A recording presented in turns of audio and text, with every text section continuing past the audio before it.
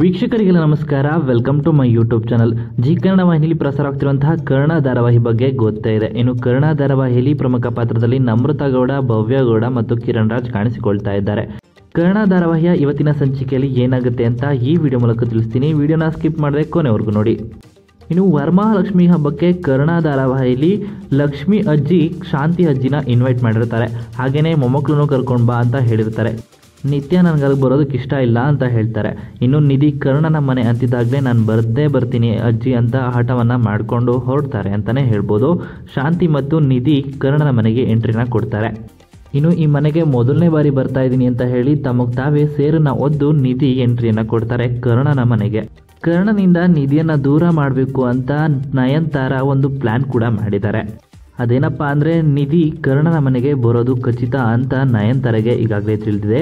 ಆ ಸಂದರ್ಭದಲ್ಲೇ ಮದುವೆ ಹುಡುಗನನ್ನು ನೋಡೋ ಶಾಸ್ತ್ರವನ್ನು ಮುಗಿಸ್ಬೇಕು ಅಂತ ನಯನತಾರ ಪ್ಲ್ಯಾನ್ ಮಾಡಿದ್ದಾರೆ.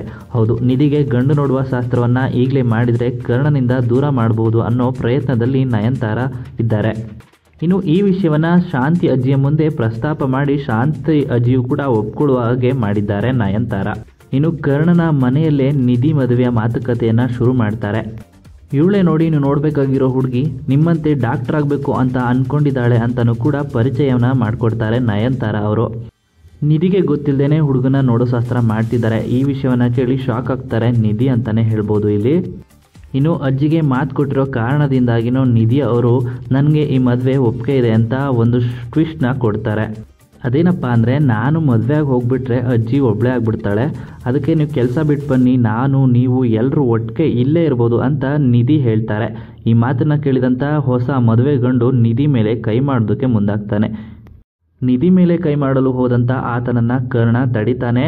ಹಾಗೆಯೇ ಕೈ ಮಾಡೋ ಅಧಿಕಾರವನ್ನು ಯಾರು ಕೊಟ್ಟರು ನಿಮಗೆ ಅಂತ ಪ್ರಶ್ನೆನೂ ಕೂಡ ಮಾಡ್ತಾನೆ. ಕರ್ಣ ಇಲ್ಲಿ ಎಲ್ಲ ವೀಕ್ಷಕರಿಗೂ ತುಂಬ ಹತ್ತಿರವಾಗ್ತಾನೆ. ಯಾಕಂದರೆ ಈ ರೀತಿಯಾಗಿ ತುಂಬ ಇಷ್ಟಪಡ್ತಾರೆ ವೀಕ್ಷಕರು. ಇಂಥ ಸಂಬಂಧ ನಮ್ಮ ನಿಧಿಗೆ ಬಿಟ್ಟರೆ ಸಿಗೋಲ್ಲ ಅಂತ ಕೂಡ ನಯನತಾರ ಅವರು ಹೇಳ್ತಾರೆ.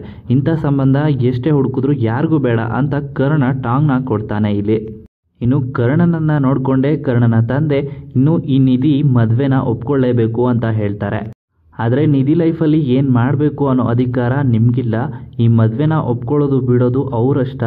ಹಾಗೆಯೇ ಈ ಮದುವೆ ಮಾತುಕತೆಯಲ್ಲಿ ನಿಮ್ಮ ಮಾತು ಕೇಳಬೇಕು ಅನ್ನೋ ಅವಶ್ಯಕತೆ ಅವ್ರಿಗಿಲ್ಲ ಅಂತ ಕೂಡ ನಿಧಿ ಪರವಾಗಿ ಕರ್ಣ ಮಾತನಾಡ್ತಾನೆ. ಇನ್ನು ಈ ಮಾತನ್ನು ಕೇಳಿ ನಿಧಿ ಖುಷಿ ಪಡ್ತಾರೆ. ಮೊದಲ ಬಾರಿಗೆ ನಿಧಿ ಪರವಾಗಿ ನಿಂತು ಕರ್ಣನ ತನ್ನ ತಂದೆಯ ವಿರುದ್ಧ ಮಾತನಾಡಿದ್ದಾನೆ. ಈ ರೀತಿಯಾಗಿ ಮಾತನಾಡೋದನ್ನು ನೋಡಿ ವೀಕ್ಷಕರು ಫುಲ್ ಫಿದಾ ಆಗಿದ್ದಾರೆ. ನಿತ್ಯಾಳಿಗೂ ವಿಷಯವನ್ನು ತಿಳಿಸದೆ ಶಾಂತಿ ಅಜ್ಜಿ ಹೀಗೆ ಮಾಡಿದ್ದು ಸರಿನಾ ತಪ್ಪ ಅಂತ ಕಾದು ನೋಡಬೇಕಾಗಿದೆ. ನಿತ್ಯಾಗೆ ಗೊತ್ತಾದರೆ ಏನಾಗುತ್ತೆ ಅಂತಲೂ ಕೂಡ ಕಾದು ನೋಡಬೇಕಾಗಿರುವಂಥದ್ದು ಇನ್ನು ಎಪಿಸೋಡ್ನಲ್ಲೇ. ಹಾಗೆಯೇ ಕರ್ಣ ಅವರು ತಮ್ಮ ತಂದೆ ವಿರುದ್ಧ ಮಾತನಾಡಿದ್ದಾರೆ ಮೊದಲನೇ ಬಾರಿಗೆ. ಅವರ ಮುಂದಿನ ನಡೆ ಏನು ಅಂತಲೂ ಕೂಡ ಕಾದು ನೋಡಬೇಕಾಗಿರುವಂಥದ್ದು. ಇನ್ನು ಈ ವಿಡಿಯೋ ನಿಮ್ಗೆ ಇಷ್ಟವಾಯಿತು ಅಂದರೆ ವಿಡಿಯೋಗೆ ಲೈಕ್ ಮಾಡಿ. ಕರ್ಣ ಧಾರಾವಾಹಿಯ ಇನ್ನಷ್ಟು ಹೆಚ್ಚಿನ ವಿಡಿಯೋಗಳಿಗಾಗಿ ನಮ್ಮ ಚಾನಲ್ಗೆ ಸಬ್ಸ್ಕ್ರೈಬ್ ಮಾಡಿ. ಇನ್ನು ಕರ್ಣ ಧಾರಾವಾಹಿಯಲ್ಲಿ ನಿಧಿಗೆ ಕರ್ಣನೇ ಜೋಡಿ ಆಗಬೇಕು ಅಂತ ನಿಮಗೂ ಕೂಡ ಅನಿಸಿದ್ರೆ ನಿಮ್ಮ ಅನಿಸಿಕೆಯನ್ನು ಕಮೆಂಟ್ ಮೂಲಕ ಕಮೆಂಟ್ ಮಾಡಿ ತಿಳಿಸಿ.